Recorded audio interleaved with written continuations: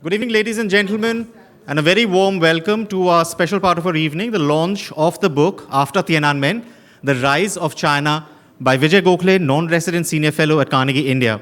The book is a sequel to Tiananmen Square, The Making of a Protest, and is an essential primer for those who wish to understand China's behavior. The book traces the developments in contemporary China from 1989 to 2010 and delves into the country's political and economic experiments during this time. It examines the challenges that shaped Chinese policies, including how in the process the very character of the Chinese Communist Party was fundamentally transformed, as well as the twists and turns in India's relationships with China. To unveil the book, may I please invite on stage Mr. Gokhale,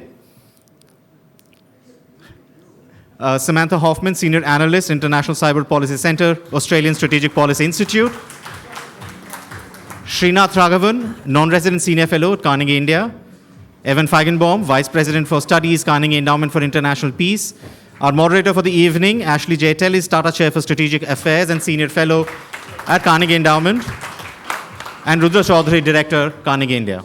Take the bow off.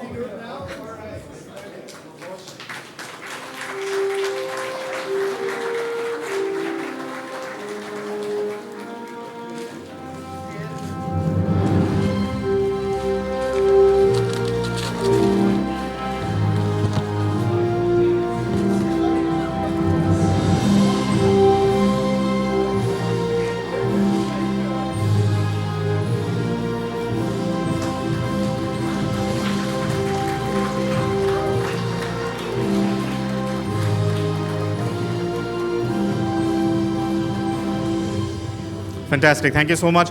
Ashley, the stage is all yours. Well, good evening, everyone. On behalf of all my colleagues who are here at the podium with me, and of course on behalf of Carnegie India, I'm delighted to welcome all of you to this book launch event for Vijay Gokhale's book, After Tiananmen. It is a coincidence that one of the protagonists who makes quite an appearance in the book passed away today. I want to assure you we had nothing to do with those events. But I want to use the opportunity to at least start by giving Vijay a chance to tell us about why he came to write the book, to preview the broad themes of the book, because I suspect not many of you have had a chance to read it yet. And after Vijay does so, I want to invite my colleagues to offer a few thoughts as they please, after which I will proceed to interrogate them on the subject of the evening. So without further ado, Vijay, why don't I give you the microphone? Thank you. Thank you, Ashley, and thank you, all of you, Evan, Srinath, Sarah, Samantha, for joining me. I also want to thank Carnegie, and I want to also thank my editor, Suchismita Okil, who took a bunch of words and made it into a readable book. So I do now know what the work of an editor is. I just want to say a few words about why I wrote this book. Aside from the fact, of course, that I was unemployed and that helps the creative juices to flow. I wrote because at least in the course of my public service, I felt that we were lacking an Indian perspective on China. And that the public discourse was both superficial and prejudicial. Superficial because it was sensational. Every time an event happened, our public discourse was very shrill and was rarely based on facts or on hard analysis. And prejudicial because either we tended to demonize the Chinese or glorify them to such an extent that as Indians we felt we would never catch up with them. And therefore I thought that an Indian perspective is important because while a Western perspective is available, and there are a number of people on the panel who have done outstanding work on China and on East Asia, but the circumstances that we are in as Indians is different from the circumstances in the United States or in the West. For starters, we are proximate neighbors to China. whereas the West is separated by continents and oceans. For another, we are an emerging economy, whereas the West consists of developed economies. So the issues between the two sides are different. And if we don't develop an Indian perspective, dealing with them as we move on becomes somewhat more difficult. And I hope, therefore, that the book leads many others to write the book. The central theme actually was people tended to see these 20 years between 1990 and 2010 as essentially an interregnum between two towering personalities, Deng Xiaoping, who brought in reform and opening up, and Xi Jinping, who is supposedly leading the rejuvenation of the Chinese nation. But the basic theme in my book is that it is in these 20 years that China laid the groundwork for its rise as a great power. And if you look at it by any measure, whether it is economic, whether it is in terms of foreign policy, national security, culture, science and technology, China leapfrogged in many ways and became the dominant Asian power. And if today President Xi Jinping can exercise that power, it is because of what Jiang Zemin, Chu Rongji, Hu Jintao, and Wen Jiabao did. And therefore, I think it was the most productive period in the history of the Chinese Communist Party, and we should not ignore that. Essentially, the 2 points that underpin this book are firstly that the leadership took real political risk in doing reforms. Now, of course, in a democracy that we all live in, if you take political risk and you fail, you lose power, you lose office. But in China, you lose more than that. You lose personal freedom, and we know that there are members of the Politburo and former members of the Politburo currently imprisoned. And you lose your life sometimes, as we know during the Cultural Revolution, Liu Shaoqi, Peng Dehuai, and so on. So the risk they took, I think, was significant. Secondly, there was a relative relaxation of authoritarian control, which allowed for an explosion of ideas, of science, of entrepreneurship, of innovation. And when these two were combined, the risk that the leadership took and the innovative spirit of the people, you had this huge sense of development. So that's really the basic theme, and I felt that this is important for us as Indians to know as we go forward dealing with China and also learning lessons from them, because very frankly, they did a few things right in building the economy from a $500 billion economy in 1995 to an $18 trillion economy today. So thank you very much, Vijay. I read the book actually on the way here on the airplane. And there were several things that struck me about the book, and I want to get you to comment on those. The first was, I thought the book marvelously refuted the common caricatural image that somehow the rise of China was a simple American creation.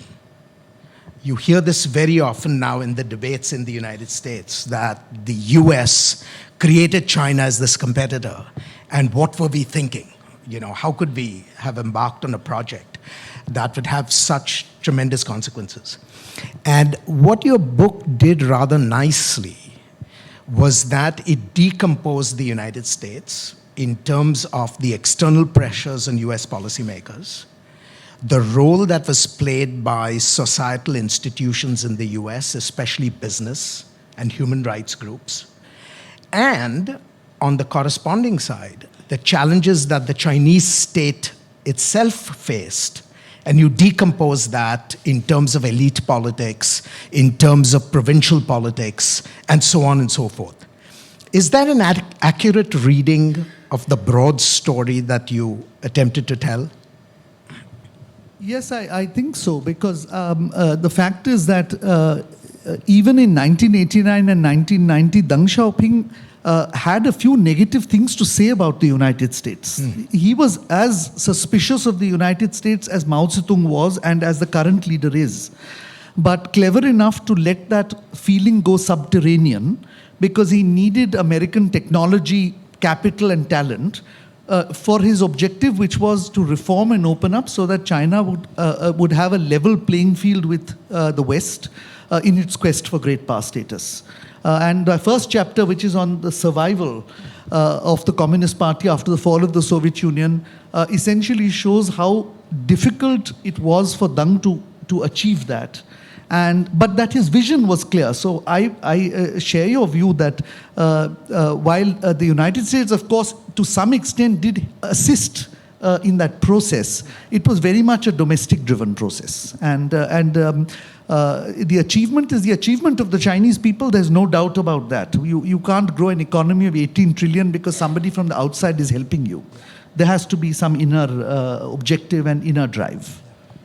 The second theme that I thought came through in the book in a very striking way was, the more things change, the more they stay the same, because you have this detailed narrative of a succession of crises within the Chinese economy and the Chinese state. In fact, starting from the very beginning at Tiananmen and then ending up over that 20-year process. So I'm going to ask you the only contemporary question, for the evening, which is, if there were crises then which were successfully overcome to bring us to the China that we know today, what sense do you make of the current crises that are facing, China's supreme leader today? Are there any comparisons you would draw between the character of the crises covered in the book and the crisis today? Any comparisons you could draw with respect to the leadership responses then and the leadership responses now? And I want to use that as a springboard to bring in my other colleagues into the discussion to really talk about, what is this beast called the domestic politics of China? What is the ambition of the leadership? What are the means used to achieve those aims? But I want to get your take first on this question, on the parallelism between the issues of the past and the issues of the day. That's actually a great question, Ashley, because I think we tend to think that China had a grand strategy which it went along with. But in fact, they were doing very much what Deng Xiaoping said, which is you cross the river by feeling the stones, and sometimes they slipped. But it was, I think, the political leadership was sagacious enough and wise enough to change course. They had that flexibility, and they were not ideologically hidebound. Whenever there was a crisis, the leadership, despite not having any precedent, would deal with the crisis in a very political way. And therefore, they did not allow any crisis to gain traction as in 1989. A part of the reason also was the relaxation in authoritarian control, which allowed people to a certain degree to express their views. And again, when we used to, those of us who served in the Indian embassy in Beijing used to come back to Delhi in the early 2000s, the average person I met in the family or in the home thought that Chinese were not allowed to say or do anything. But those of us who lived in Beijing at that time understood that they were perfectly free to do many things, so long as they didn't criticize the state.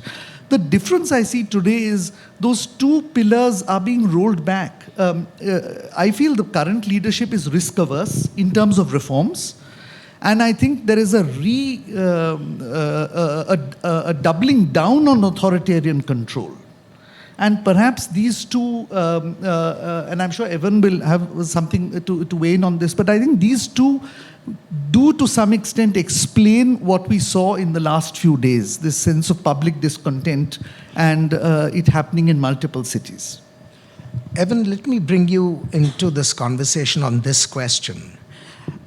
When we talk about authoritarian control and the popular image of Xi Jinping is that, he is a new Mao. And he appears to have, this appears to be a reversal to an era in China that we thought was long behind us. Can you sort of walk us through who is Xi Jinping? What is he trying to achieve in the context of the aims today? I think, let me start with a very direct answer to the very direct way in which you pose that. That's a cartoon that I think a lot of external analyses tend to impose on China. He's a strong leader. And so he's often compared to the two strong leaders that preceded him. You mentioned one of them, Mao Zedong, and the other being Deng Xiaoping. But he's not Mao, and he's not Deng either. He's not Mao because Mao was a chaos politician. He destroyed institutions. He tore down the party structures. Xi Jinping is not doing any of that. He's consolidating the role of the party. He's imposing internal discipline on the party. He is the very opposite of a chaos politician. He's not Deng Xiaoping because Deng Xiaoping was somebody who was, I guess I would describe him as kind of an institutionalist within the context of the China of the time. So he created structures that were based on balance among factions, collective decision-making.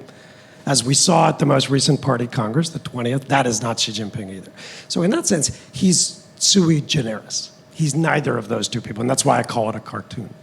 So I think if you want to understand him, he's best understood in the context of his inheritance and what preceded him, particularly in the decade before he came to power. And the way I'd characterize that to be a little I'm going to oversimplify it, but for the sake of argument, is basically China had a social contract and it had a political contract that prevailed. And both of those had eroded very significantly in the decade before he came to power. So the basic social contract, to oversimplify, was people would stay out of organized politics, as Vijay just said, and in exchange they had opportunities for material gain that their parents, their grandparents, their great-grandparents could never have imagined. And that social contract was just fine right up until 450 million people achieved a lot of material gain. And at that point, their expectations and demands, particularly for urban Chinese, began to transcend things that were merely material. They want food that's safe to eat. They want water they can drink. They want air that they can breathe. They want no corruption. They want equity of life chances for their children and for themselves. And so his response to that unraveling contract is what I think he calls it common prosperity. And it's often mischaracterized as kind of straight up redistribution. It's not about making rich people poor, but it is about social equity in a way that the China that Vijay just described was not about social equity. That was about growth, and it was about wealth. So Xi Jinping doesn't talk about growth the way his predecessors did. It's not about growth for growth's sake. And that's why they talk, for instance, about the employment target a lot more than they talk about the growth target. All right, then there was a political contract. And to oversimplify that one, it was essentially, China's a one-party dictatorship, right? So the political contract was you get unrepresentative, but nonetheless responsive governance. But in a series of crises, you called them crises, Ashley, and Vijay described this era, the Chinese state was not looking so responsive. And you had a whole series of crises. Vijay, you'll remember these. An earthquake in Sichuan, a tainted blood crisis, a baby formula crisis. There were a whole series of these. Some of them were scandalous, but all of them touched the lives of individual Chinese. And so this state that was unrepresentative basically didn't look too responsive anymore. And so his solution to that unraveling contract is essentially party discipline. It's discipline, discipline, discipline. Because if you live in a one-party dictatorship, you need that party to be what he has sometimes called a clean party, a disciplined party, a self-regulating party. And so his agenda, first, second, third, fourth, and fifth, has been about strengthening the party, but also imposing discipline internally. Now, does that mean that China has, as some people sometimes put it, no reforms anymore? No. China still has reforms. But the way we thought about reform during the era that you're describing, which was the inheritance from Deng Xiaoping, it was usually called reform and opening. And in fact, in Chinese, the phrase 改革开放, it means reform and opening. And my view is what's happened under Xi is that reform and opening have basically diverged. And so we're still getting reform, but without a lot of opening. And what that means is that the things that are being reformed in his first and second term, things like the price catalog, where they price corn according to the market, or cotton, or residential water pricing. That's great. That's a reform, but it's not necessarily always a market reform, and it doesn't necessarily implicate the interests of foreign companies and of what foreign governments want to see across and behind the border. So this is a very different China than the one that you're describing, that era. But we need to understand him and the China that we're getting on its own terms, because the cartoon that people have, oh, he's a statist, he's a commie, he's a nationalist. Yeah, he's all those things. He's a statist, he's a communist, and he's a nationalist. But governance is a serious business in China, and China has serious, complex, and multifaceted governance challenges. And I'm American, so I'm ideologically committed to the idea that the way they're going about dealing with these problems is not going to work out for them. But he's a communist, and so he has a different view. And their challenge is to see whether what he's designing, which is to address those unraveling contracts in the context of a very party-centric Leninist model, is not going to work for him. So I kind of hope it doesn't. But he's definitely banking on the fact that it might. Samantha, let me get you into this conversation, because Evan opens the door to talking about a political contract, which she faces a series of challenges. He sees the party as the mechanism, or reasserting the party's control as the mechanism for salvaging the political contract. Can you tell us something about the means that are used by the party to sort of legitimate itself, and the means that are used by the leadership to use the party in order to salvage that contract? I think that, and actually I think this is also something that speaks to what I like the most about your book, is that the party recognizes that the greatest challenge to itself is in fact itself. And that's something that was clear in Tiananmen when it took Deng Xiaoping 2 weeks to make sure that martial law was actually implemented. It's clear when you look at any other crisis that the party has faced since that time. So I think that what the party recognizes, and one thing that I look at in my research, is that in order to protect itself, it needs to generate the ability to prevent the possibility for crisis to emerge at all. So it's not responding to crisis when it happens, it's actually creating the toolkit to prevent that from happening in the first place. And that's where you see things like surveillance technology and the party state's sort of more visible coercive control measures nowadays. It's something that I think is slightly misunderstood, because you see the most coercive versions of that in places like Xinjiang, but then you miss how the more sort of problem-solving elements of it elsewhere, and I touched on this in the previous panel, are actually part of what the party's doing to prevent that those crises from emerging. So going back also to the themes of the book, I don't think that what we're seeing under Xi Jinping is fundamentally new in many ways. The personality is different. Xi Jinping is a great, he understands the politics of the party. He understands what levers of power he needs to control.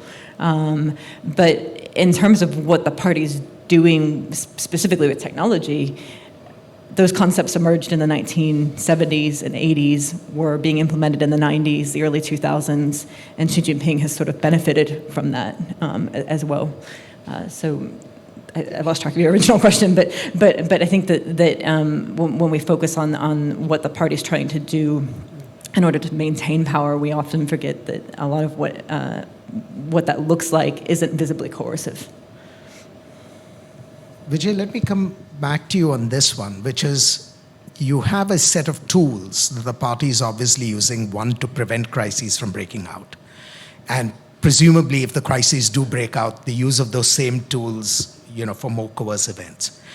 But China cannot maintain itself simply through mechanisms of coercion, right? So you have an economic component, which is the prosperity contract, which will be increasingly under pressure as growth slows. But what is in the political kit bag to sustain legitimacy beyond economics? How do you see that challenge being met today? I think that's really the crux of the issue. Because clearly, as Evan said, some of that social and political contract which was evident in the 1990s and early 2000s, for various reasons changed. I don't think that the economic or political contract is going to be quite the same as that time. But I think one of the sources of legitimacy is nationalism. And in some cases, it is an ultra-nationalist approach. As in, the party will defend the sovereignty, territory, and other interests of the Chinese people. Now, it's not a new thing. We saw this, for example, in 1999 after the bombing of the Chinese embassy in Belgrade. I was in Beijing at that time, and at that time, the Indian embassy and the US embassy were adjacent to each other. And we saw the organized manner in which the state literally barricaded the American diplomats in their own embassy. For 3 days, they couldn't come out. Nobody could go in. They broke the windows, but it was so controlled that violence never escalated beyond a point. And then we saw it again when the surveillance aircraft, the EP-3 incident in 2001, where they forced the American aircraft to land in Hainan. So nationalism began to be used as a tool for legitimacy even then. But I think that in the current situation, while of course Xi Jinping is trying to bring back ideology as central to gain legitimacy, but I think nationalism is being used much more. And I think that's, to my mind, a danger that translates into foreign and national security policy, and particularly for neighbors. So there are two dimensions to this that I want to explore. And Evan, I want to come to you first. How do you read the new emphasis, or if not new, the emphasis on nationalism? Is it as real as we sometimes imagine it to be from the outside? What are its purposes? What are its ends? And Srinath, when you think about the broad scope of China's relations, particularly with India, and the recent crises with India, how do you read the role played by nationalism? In fact, I want you to actually go back to the 60s and, starting with the 62 crisis. How do you see nationalism playing out in the relationship with India, all the way down to the developments of 2020? But hold that thought for a moment, and Evan, if you could. Yeah, that's a hard question. I mean, honestly, I don't think the issue is Chinese nationalism, which, as Vijay said, is not new. We've had 100 years of Chinese nationalism. It's the way in which the Communist Party manipulates traditional notions of nationalism that date back to the Qing dynasty. And the themes are pretty consistent. It's the greatness of the Chinese nation. It's making China less vulnerable to foreign coercion and pressure in all of its dimensions. It's a China that can exercise not necessarily hegemony, but influence in its neighborhood. And it's, restoring what many Chinese have viewed for 100 years as China's rightful place on the world stage. Now, none of that is new. But what's new is the specific ways in which the party manipulates that. And the party does manipulate it. It manipulates in patriotic education. It manipulates it in these campaigns. All of Chinese governance is like campaign-style governance. So this governance campaign is focused on what Xi calls the great rejuvenation of the Chinese nation, right? And the rejuvenation is supposed to be, I guess, complete by 2049, right? The 100th anniversary of the People's Republic of China. So, at the simple level, it's not hard to understand the idea of rejuvenating the Chinese nation.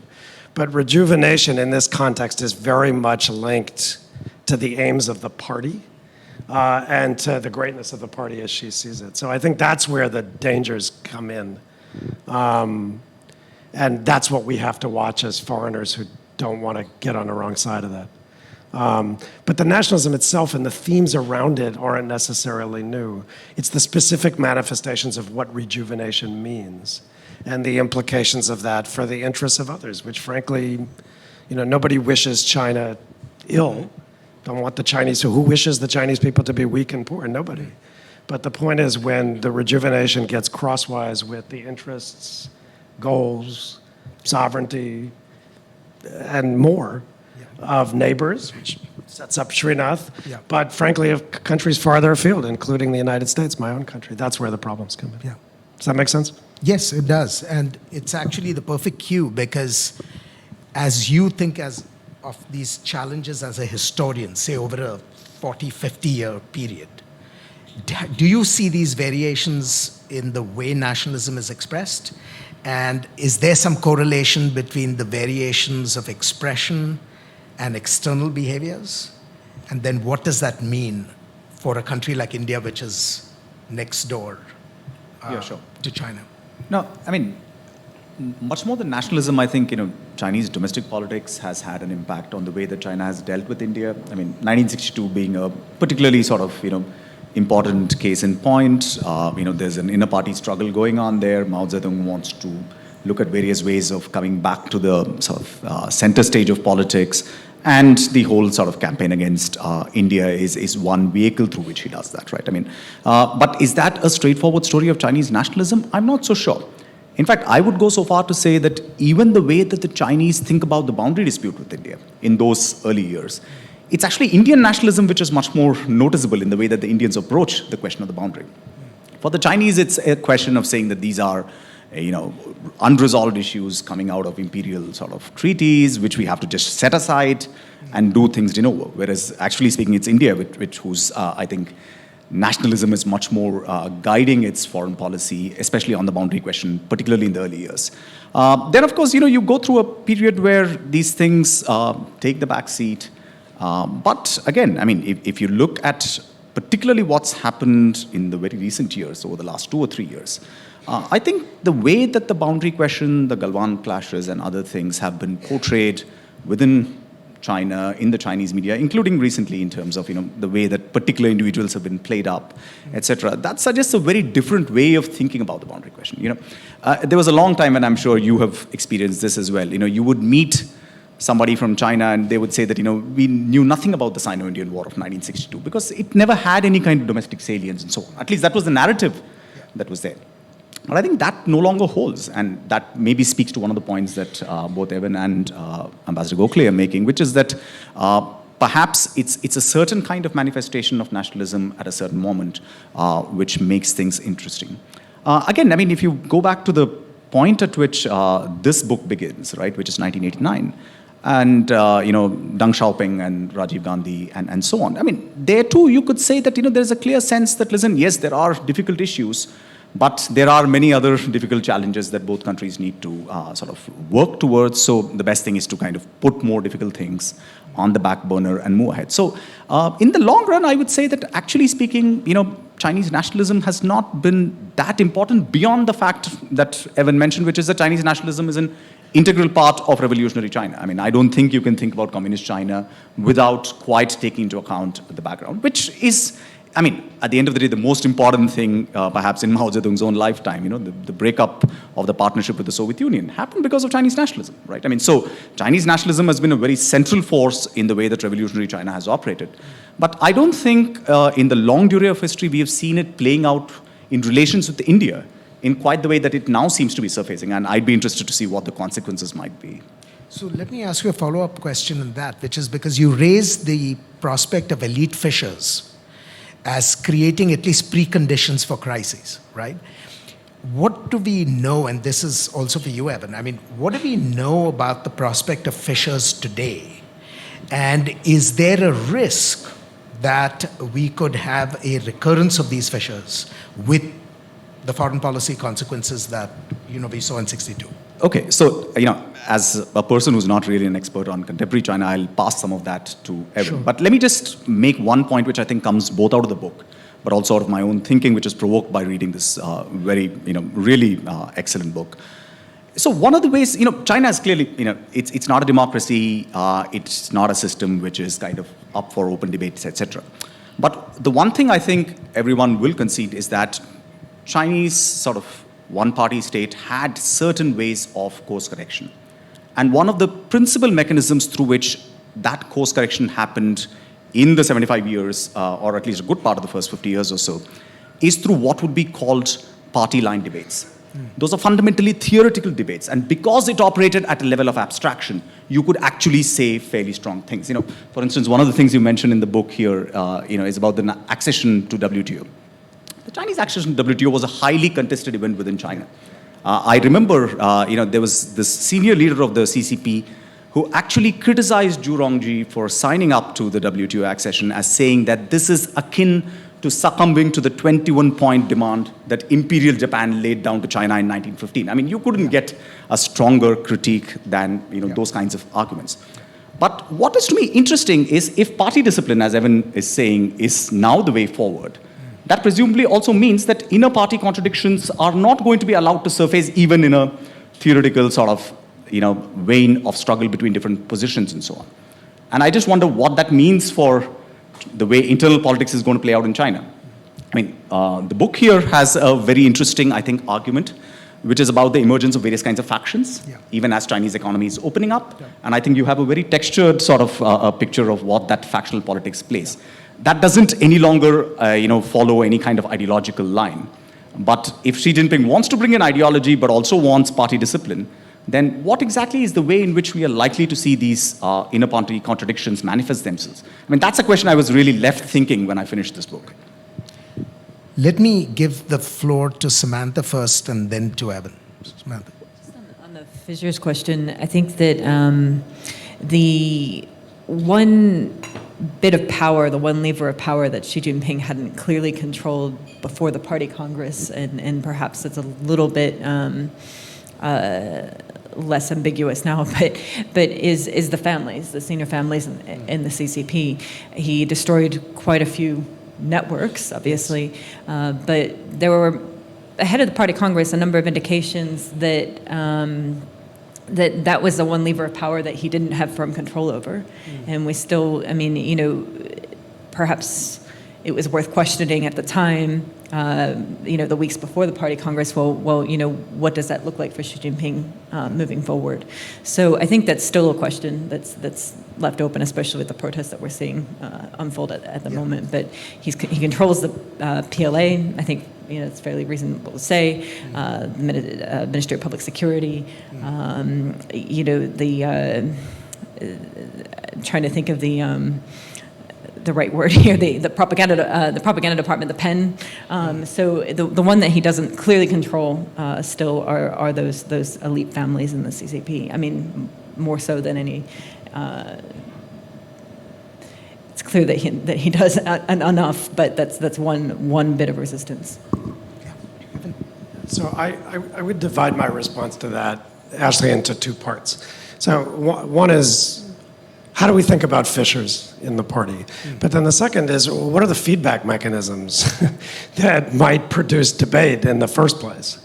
So on the fissures, I don't think it's helpful to talk about fissures in a general way, right? Because there's at least three kinds of fissures that I can think of just off the top of my head, right? There's personnel fissures, who gets which job? My guy, your guy? They're all guys, by the way. So my guy, your guy, literally, not just metaphorically. Fissures over policy. That's what you were describing on the Zhu Rongji. I mean, Zhu Rongji, they laid off 40 million people out of state-owned enterprises. Okay? So when you lay off 40 million people and throw them out of work, yeah, you get policy fissures about whether that's a good idea or a bad idea. And then you've got power fissures, right? Fissures over what the power setup looks like, which is kind of what Samantha's getting at. I think on the personnel front, when I look at Xi Jinping's China after the 20th Party Congress, I mean, this man is master of his domain. The apex committee of the Communist Party is called the Standing Committee of the Politburo. As Vijay knows, it has 7 members. So take out Xi Jinping, now you've got 6 slots. He forced 2 into an early retirement. He retained 2. And so that left 4 new slots to appoint. He had 4 slots to fill. 3 out of 4 are his former secretaries. 3 out of 4. Okay? So the quickest way to power in China is to be Xi Jinping's secretary. That tells me something about the potential for policy fissures. For personnel fissures. Policy fissures? Sure, all the time. Even in Xi Jinping's China, because there's a lot of stuff going on in China. Things get decentralized to the local level. There's debate about fiscal powers. There's debate about enforcement powers. There's a tussle over approval powers. That's policy debates that get at what I was saying earlier, which is the quality of governance. But I do think certain policy options are off the table because number one doesn't believe in them. So when I said reform and opening have diverged, it's because a lot of market-based ideas that would have happened if Zhu Rongji were running the economy, not on the table today. Now, the power fissures do matter because there have been a lot of losers in Xi Jinping's China. And this is what Samantha's getting at. This anti-corruption campaign, it started as anti-corruption and it went well beyond just questions of corruption. So there are lots of people in the party that are from elite families, they're from elite backgrounds, and they are out and they have been crushed and they're not happy about it. So there is always the potential for those fights to play out if the man falters or if his policies falter, and that's the way the party operates. Then the question then becomes, if that's the China we have, where are the feedback mechanisms going to come from? Because he's destroyed this Deng Xiaoping era factional balance. But, and I think apropos of what Srinath said and what you were getting at, the first of the feedback mechanisms is how foreigners behave. What are the reactions to the way China exercises its power around the world? So I'm American. You may have noticed the United States and China are in a bit of a confrontation right now. I mean, this is a broadly cooperative relationship 10 years ago with doses of strategic competition that now basically is broadly confrontational with doses of adversarial antagonism. And don't think that doesn't get back to the leadership, or there isn't some kind of debate about that. Now, China may be righteous in its view of who's doing what, who to point the finger at, who's the culprit, but the point is it affects Chinese interests in tangible ways that do produce an intrinsic feedback mechanism. A second one is the street. And I don't know if you've been watching the news lately, but there are people out on the streets in China, in, as Vijay said, multiple cities simultaneously. So this is a system that's very well set. It's very well set up for one-point coercion. They whack the usual suspects, they solve the problem locally. It's very brittle in the face of simultaneous multiple crises. Now, I don't personally think this one is going to turn into that, but the point is that's a feedback mechanism that has produced bad policy decisions at the top in the past. Witness 1989, for example. And then there are other things that go on in the party. So there is feedback, but the problem is the more, the more dramatic and less regularized and less institutionalized the feedback mechanisms are, the more likely you are to get crisis. And that's when the power fissures might come into play. Samantha, let me ask you a question about, it makes sense for the regime to prevent crises from sort of gathering steam to begin with. But once these crises become manifest, how does the regime think about managing them?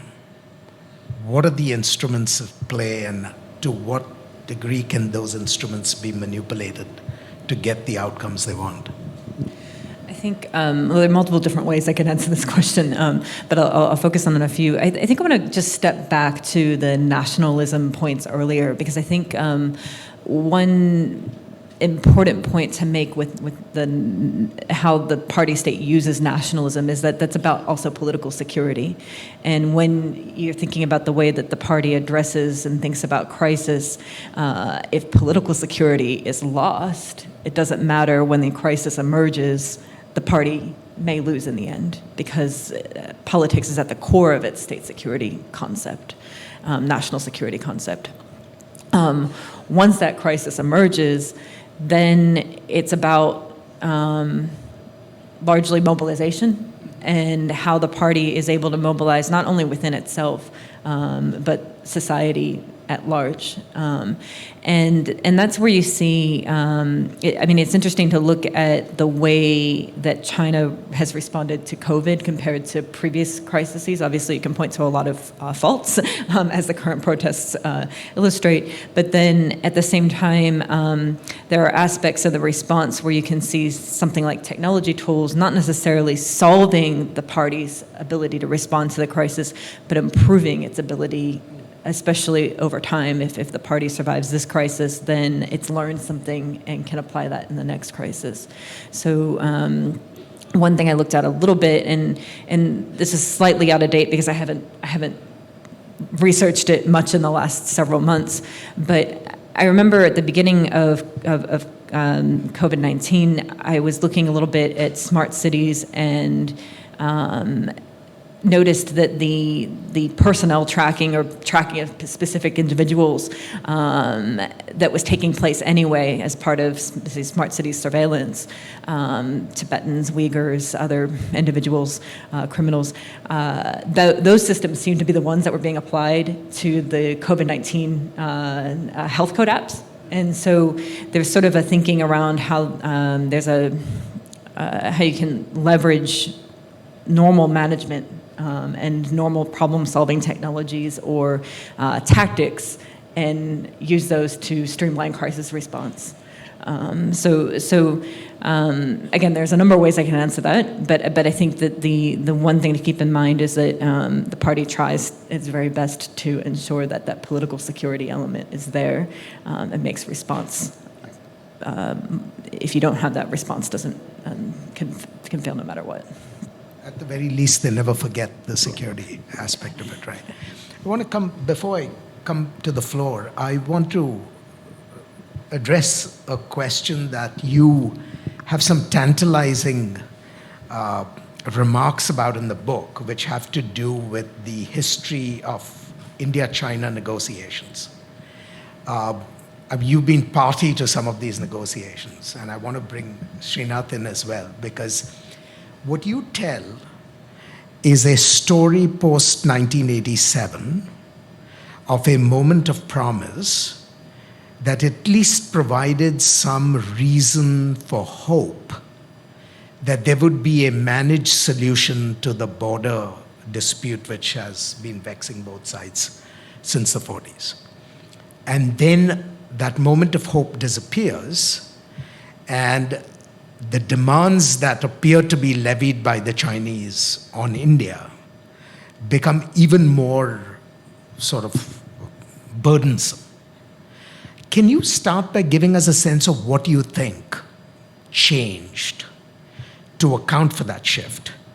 And Srinath, you've looked at this in excruciating detail yourself. I want you to, tell us whether you agree with Vijay's assessment, or add anything to that assessment if you agree with it.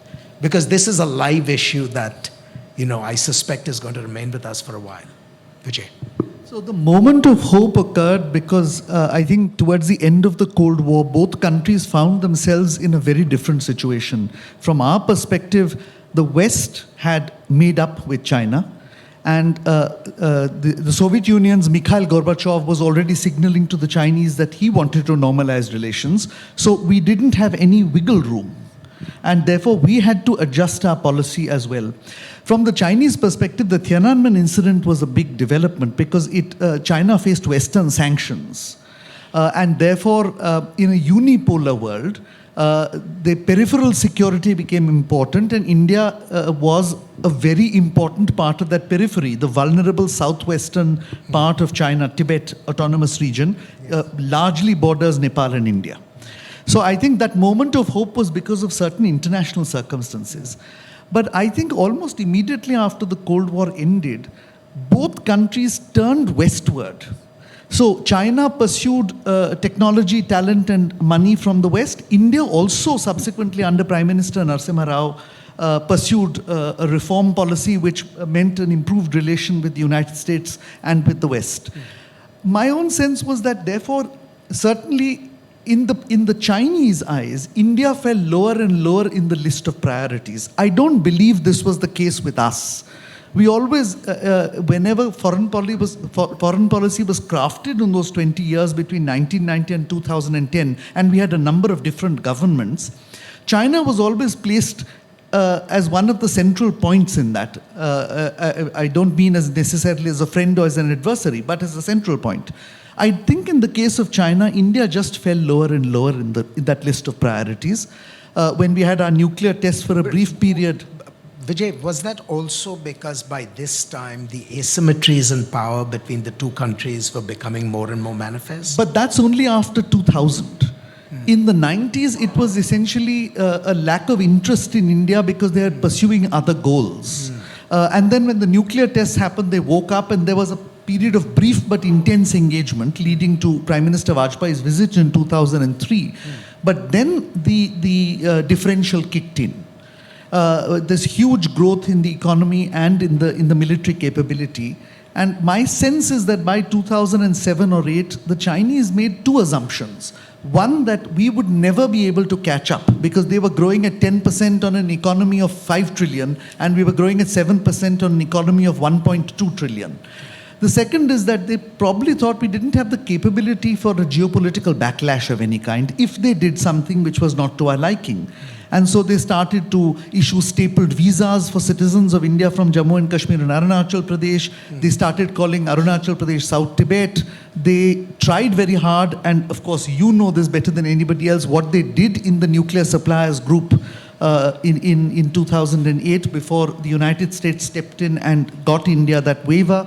And there are a number of other things, including the Mumbai terrorist attack, where even though a Chinese citizen was killed, and I was present when we played the tape to Yang Jiechi, the foreign minister, where the Pakistani handler is telling the terrorists to kill all foreigners, including Chinese, but they did not allow the listing of Masood Azhar in the UN Sanctions Committee. And all this was because they didn't fear that India had a capability for geopolitical backlash. And I think that's really the problem. But I mean, Srinath, I'm sure, has his own view on this. Srinath? Well, I mean, if you were to sort of focus on the boundary question itself, right? I mean, I think you're right that yes, the 1990s was a period when there is a certain kind of modus vivendi. But to me, I would say, just putting on my hat as a historian, is that I would actually say the Vajpayee visit of 2003 really was perhaps the moment when there was a real prospect for a breakthrough. Because for the first time, India actually accepted a Chinese proposal to take an overall view of the boundary dispute and comprehensive package settlement, which was something we had been refusing to countenance since 1960, when it was first put forward by Zhou Enlai to Jawaharlal Nehru. So I think that was a very important period that led to the appointment of a explicitly political process through the special representatives. Again, I have no offense to Indian diplomats and decades of diplomacy on behalf of boundary negotiations, but these were supposed to be explicitly political. Dai Bingguo, who's the Chinese special representative, is actually on the record as saying that the change of government in 2004 led the Chinese to sort of reassess what the prospects of a settlement would be, because they believed that a Congress party government would not, because of historical baggage and other reasons, be willing to do it. Now, that may just be rationalization. I think certainly we were seeing power differentials on the ground. I mean, I still remember, it was in 2000 that the Chinese constructed a 6-lane highway between Chengdu and Lhasa. And that meant that, and I was a junior officer in the Indian Army, but, you had to really start rethinking all your existing military plans, because the Chinese could now do mobilization in one season. They didn't have to do a 2-season mobilization. So the game was changing quite rapidly even on the ground. And I think that's where what Ambassador Gokhale is saying, I would agree with it. I think the Chinese came to a judgment, perhaps not incorrectly, that they had now, a great divergence was kind of playing out, and that they did not have much to fear from what India could do, except perhaps the India-US angle, which they, I think, have retained concerns about consistently, which you know as well. And I think the Bush administration that way was wise to some of those concerns and allowed India to sort of, play a role which I think in the longer run would enable to balance against China in a broader sense. But certainly, yes, I think from about 2005, there is a very clear sense that the Chinese do not want to really even use the opportunity which was opened up by the special representative process. Now, again, I do not want to make it seem as if, the ball was entirely in the Chinese court. I mean, again, as a historian, I believe that no government of India has really looked very hard about what it would be willing to do in order to get a boundary settlement politically. Yeah. Because it's a difficult question. But I don't think things ever got to that point with the SR process, partly because the Chinese just decided that, you would put it. And again, I mean, the LAC line of actual control clarification, which is something they signed up to in the 1990s agreements, was something that they reneged from. Prime Minister Modi, on his first visit to China, publicly stated that this is something that has to be done in order to get some degree of predictability along the line of actual control. But the Chinese have never sort of said yes to any of those negotiations. So I think it's fair to say that there was a moment. But that moment was allowed to pass simply because the Chinese believed that time was on their side. I mean, whether it really was or not, only time will tell. So let me ask you one last question before I invite interventions on the floor, and that has to do with this intriguing development of the principles that they agreed to with respect to an eventual settlement. And it had tantalizing ideas like taking into account, the status of populations and so on and so forth. What accounted for that shift? Why did that come about? And two, what accounted for the resiling from that agreement a few years later? Yeah, so let me give my take, and I'm sure Ambassador Gokhale has a more informed view. So what accounted for that was, I think, quite clearly the fact that the United States and India were pushing towards a civilian nuclear deal. So in 2004, the Chinese not just wanted a boundary sort of, principles kind of political parameters settlement, but actually wanted a strategic partnership between India and China, an announcement of which was also made around the same time. These two things happened together. The political parameters itself was, I think, something that the Indian negotiators could actually, I think it's a feather in their cap, because they managed to get certain kinds of provisions which could be interpreted, but as always, the ambiguity in these things can be played out. But at the same time, I think we also kind of demonstrated a degree of flexibility. For instance, there is one provision there which says that watersheds will not be the only sort of geographical features which will determine the eventual boundary, which is actually something the Chinese have wanted since 1960. Yeah. Because the watershed is our sort of case for the boundary, right? I mean, so I think there was a bit of a give and take. But again, the point was that was then supposed to lead to the second stage in the SR process, which I don't think ever got to a point where it is not. And, people like Ambassador Shiv Shankar Menon, who was special representative on that point, is again on the record as saying that things got to a point and then they just stalled and nothing really moved beyond. So I think 2010 onwards, certainly there was no further movement with the whole process. So. Do you agree with that? I broadly agree. I think the point he made, which was central, was we began an explicitly political process and there was a give and take. The problem was that subsequently the Chinese did not necessarily follow through on that political process. When you talk of with due regard for settled populations in determining where the alignment lies, this is a political statement. Now, if you don't follow through on that, and a year later you say anybody who's from the state of Arunachal Pradesh cannot have a visa stamped on her or his passport, then you're resiling from a political position. So I would broadly agree with Srinath on this matter. I do, of course, like a good former diplomat, suggest that the large part of the blame has to be on the Chinese side. Thank you. It's a good note on which to transition to the audience. Any one of you who wants to make an intervention or ask a question, please raise your hand. I'll recognize you as best I can. Identify yourself, and if you can direct the question at one of the folks on the floor, that would be most helpful. So why don't I start with the gentleman there?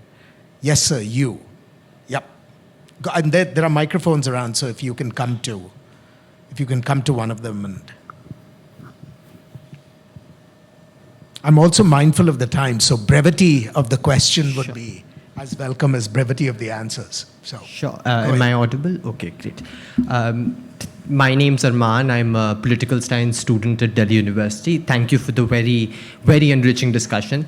My question essentially is about China's internal politics. We've spoken about China's internal politics in terms of three prongs, which is, of course, the fissures, as Sir has pointed out, the idea of the prosperity contract, where sort of citizens have surrendered rights at the altar of the state in exchange of economic prosperity, and of course Xi Jinping's own policies.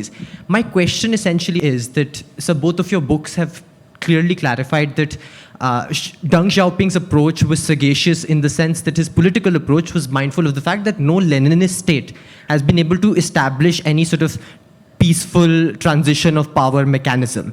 And that's why he sort of worked towards it. But now when we look at Xi Jinping's approach, we see essentially that mechanism has been subverted. So isn't there a possibility, and I direct this to all members who are sitting here, isn't there a possibility that the kind of approach which Xi Jinping is taking might lead to this sort of his own political dominance becoming a casualty in this particular one-party state because of how he is going about. And as Sir said, there is a lot of resentment even within elite families towards his rule. So won't this idea of dominance, which he has sort of established there, won't it become a casualty of the kind of approach which he's taking? I mean, Evan should weigh in on this, but my own sense is that there is, I mean, China has been a Leninist state even under Deng Xiaoping. The basic principle is the Communist Party will not relent or relinquish power. It's only the difference was in style. Deng introduced elements of collective responsibility, of sharing of power, of term limits and age limits, with a view to ensuring that there was a larger collegial agreement so that you could maintain that control that the party had. And Xi Jinping has gone back on many of them. So yes, certainly, I'm sure this change in age and term limits and so on makes him vulnerable in the sense that now all responsibility will be pinned on him in case something goes wrong. But I don't think that we should ever believe that Deng Xiaoping was in any way less of a communist or a Leninist than Mao Zedong or Xi Jinping. I don't know whether everyone agrees with that, but. Yeah, I mean, there's an expression they use. It pops up in party documents a lot. And the expression, I'll do it in English, not Chinese, but you know it. It's north, south, west, east, and at the center, the party runs everything. Okay? So that's it. When you got a one-party state, that's why I said, I mean, the basic setup is if you're going to have a one-party state, then if you're the one party, you better have a one party that is clean, self-regulating, disciplined, and legitimate in the eyes of the public. So you're proposing a hypothetical, right? Is it possible that won't work out? Of course it is. Of course it is. In fact, there are many people outside China rooting for it. They're rooting for that outcome. But, you know, if you're a Chinese communist, walk in their shoes. Be a Chinese communist for a second. They're subjecting to a market test. I don't mean market in the sense of an economic market. I mean a market test. Whether this theory of clean governance, adaptive governance, responsive governance can deliver the goods in a way that is legitimate enough in a non-democratic system in this Leninist context. So, I mean, I think I made some snide remark when I said, well, I'm American, so I'm ideologically committed, right? Yeah, I mean, I don't think it's going to work out for them, but what does that mean on the other side of it? It's not clear. But they are betting very much the opposite. They're very, very much the opposite. But it's not what came before, because all leaders are a product of what they inherited and the circumstances they confront. So what Deng inherited earlier was a completely chaotic China, leaders falling from power, riots in the streets, cultural revolution. He was trying to establish order out of chaos. And that's where the emphasis on institutionalization and a different form of party discipline came from. But that's also an economy that had collapsed, a system that wasn't working. So the focus was on growth and rebuilding. When Xi came to power, the decade came before, China was great. They could grow their way out of anything. So they kicked the can down the road on all of these things. They can't do that anymore because growth isn't off the cliff, but it's slowing, and that's why I said the emphasis is on welfare. Does that make sense? Yes. Okay. Thank you. Srinath, I wanted to go back. Prashant, I'm with the Hindustan Times. Srinath, I wanted to go back to that period between 2003 and 2007 that you were talking about. Was the India-US strategic partnership, the defense agreement was signed, the negotiations for the civilian nuclear deal with Ashley was so closely involved started. Was that a consequence of China shifting goalposts, or was that a cause for Chinese belligerence that we have seen? That's the first question. The second question, which is that if the boundary settlement was framed by the Chinese as an unresolved issue left from history and is now being used as a tool for domestic nationalist mobilization and is being framed within the context of sovereignty, does that make the boundary dispute intractable? Okay, so, let me answer the second question first. Is the boundary dispute intractable? I would say more or less, because I think it's a problem which has had a very long history. The Chinese have a track record of settling boundary disputes only when they feel that situation is either extremely unfavorable or is favorable for them. I don't think either of those conditions is likely to obtain anytime soon. So I think this is a problem, that either we learn to manage or we will have to learn to endure. And I hope we will not have to endure.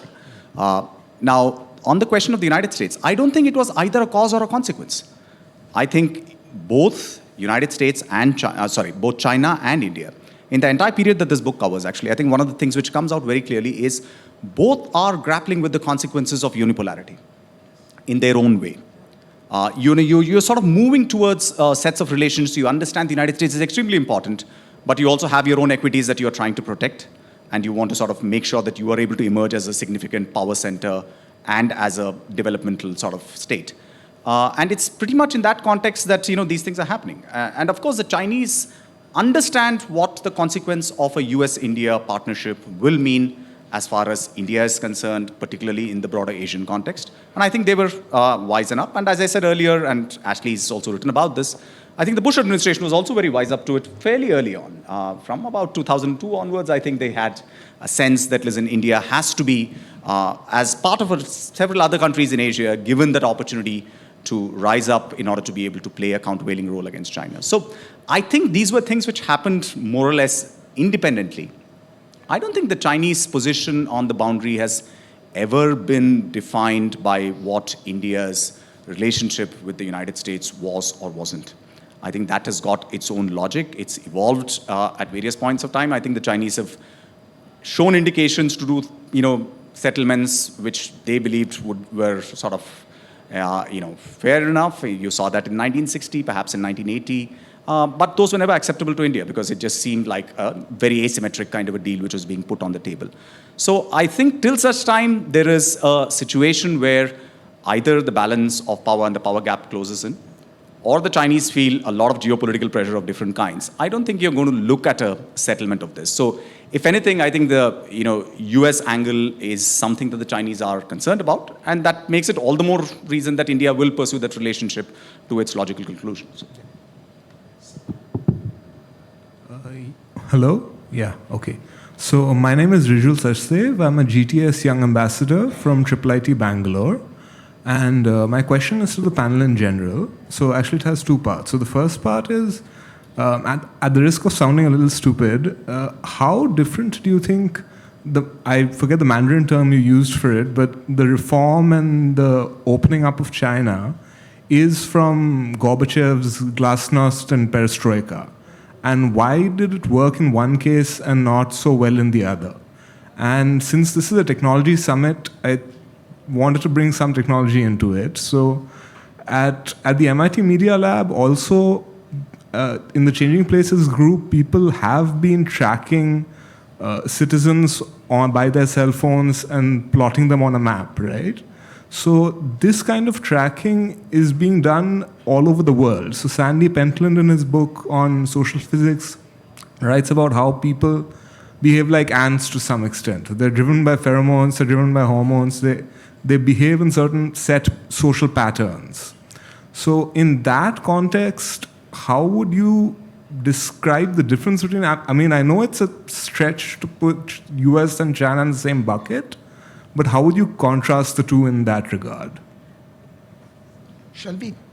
I want to just give as many people a chance. So why don't we take another question as well, and then we'll come back to the panel. Samantha, if you could address that. Go ahead.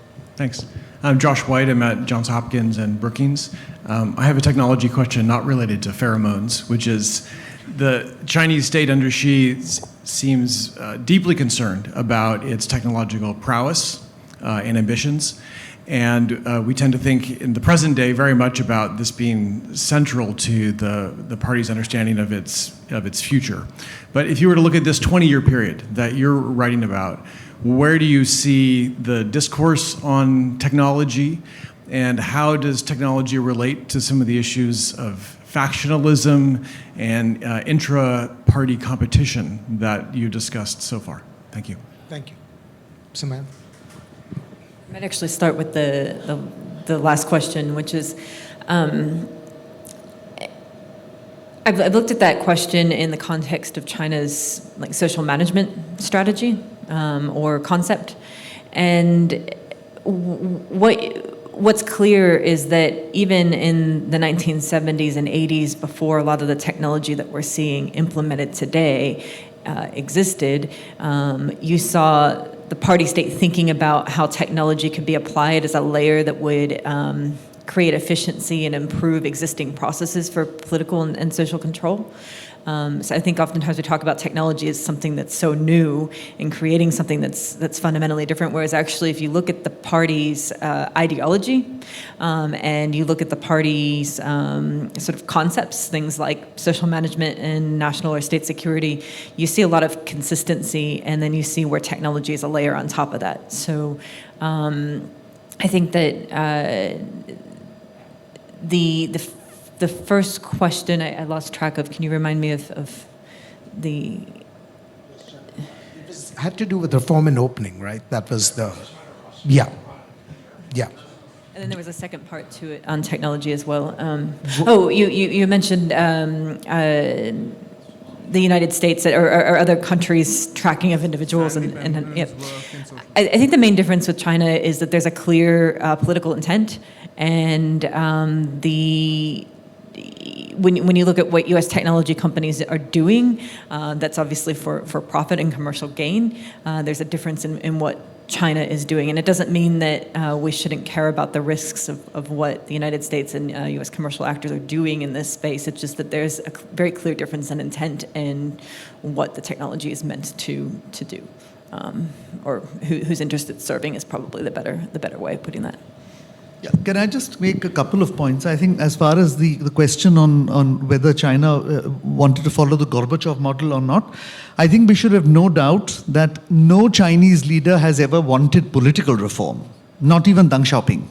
The economic reform is fine, and I think Evan made the distinction between the reform that Deng pursued because the circumstances were different and the reform that Xi Jinping is pursuing. But both are pursuing it only in the economic field. There is no question of, in fact, there are explicit statements both by Deng and by Xi which said that Gorbachev went down the wrong path when he went into political reform. So there was no intention of doing that.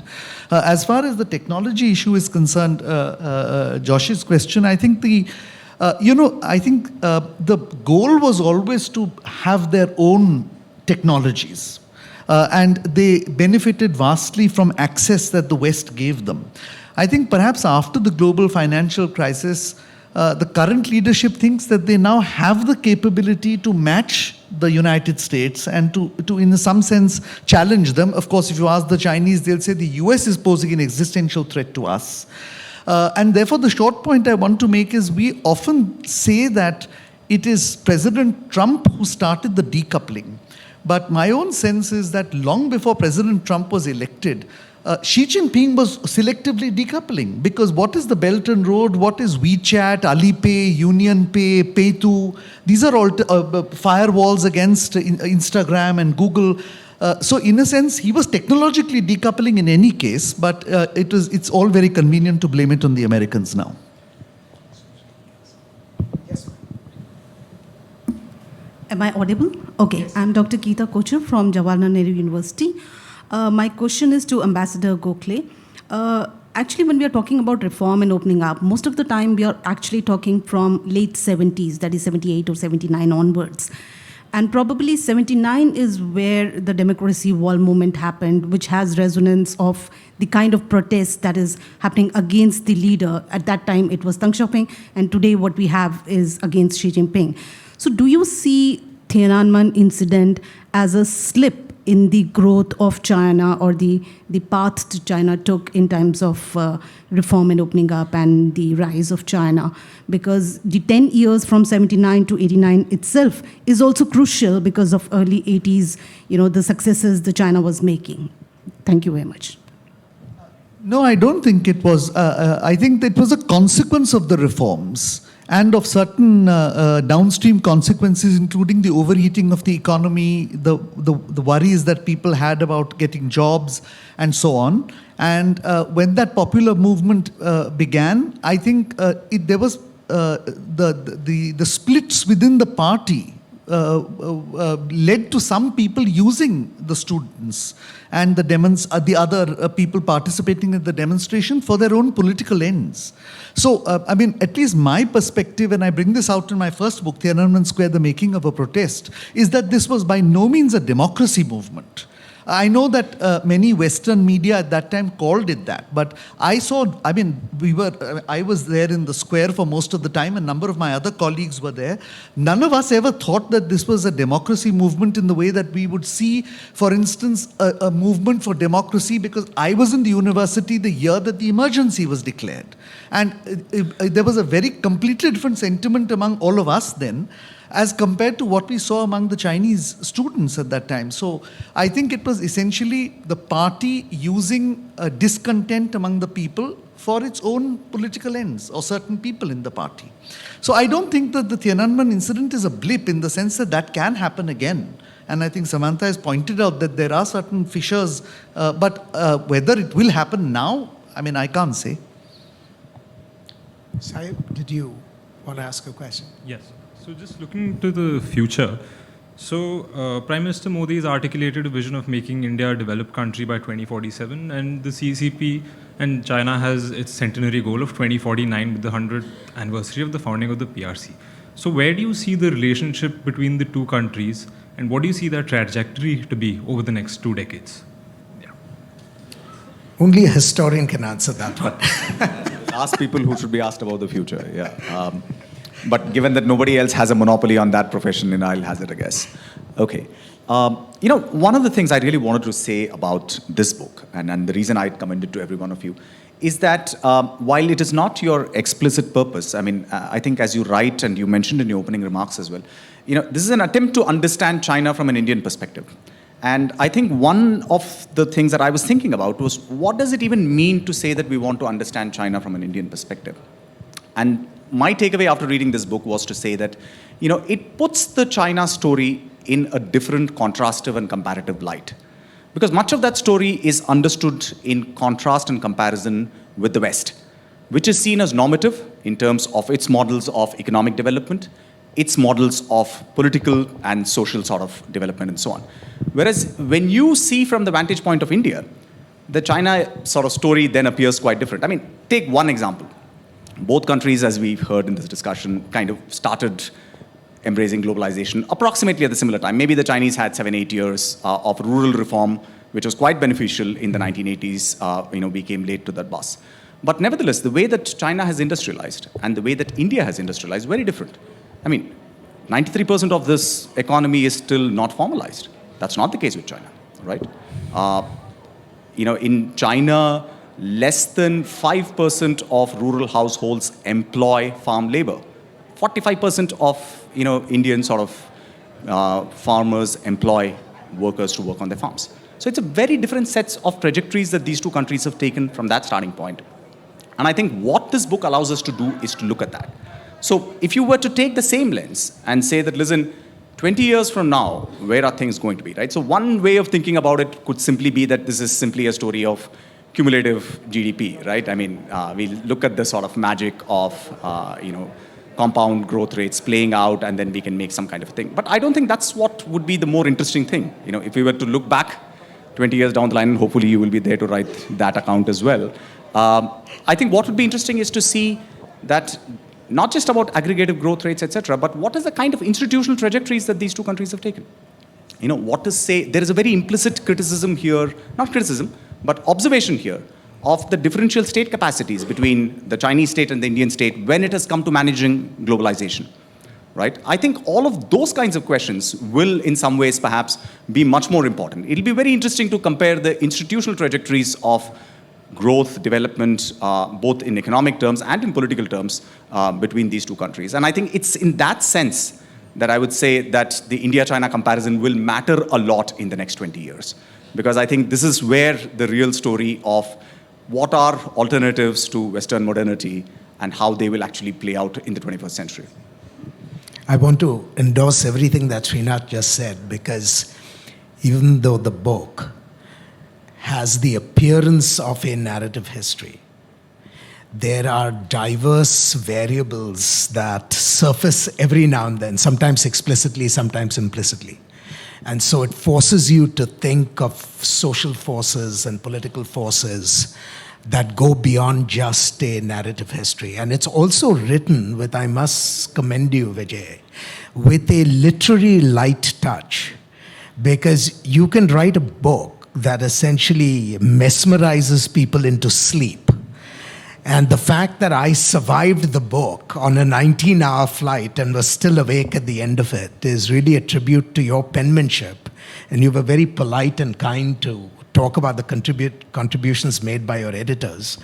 I won't adjudicate that one, but it's a great book all the same. So I do commend the book to you, and I hope that you all can get a chance to read it. I want to bring this session to a close, but not before I really thank all my panelists for, I thought, making really insightful interventions that amplified the book and went beyond the book as well. So even if you did not have a chance to skim the book before the discussion, I think in many cases the arguments were sufficiently self-explanatory. I hope they will tease you into going back to the book at some point in the future. So thank you all very much for being with us this evening, and I will yield the floor to whoever the powers that be are to tell us what we need to do next. Deep.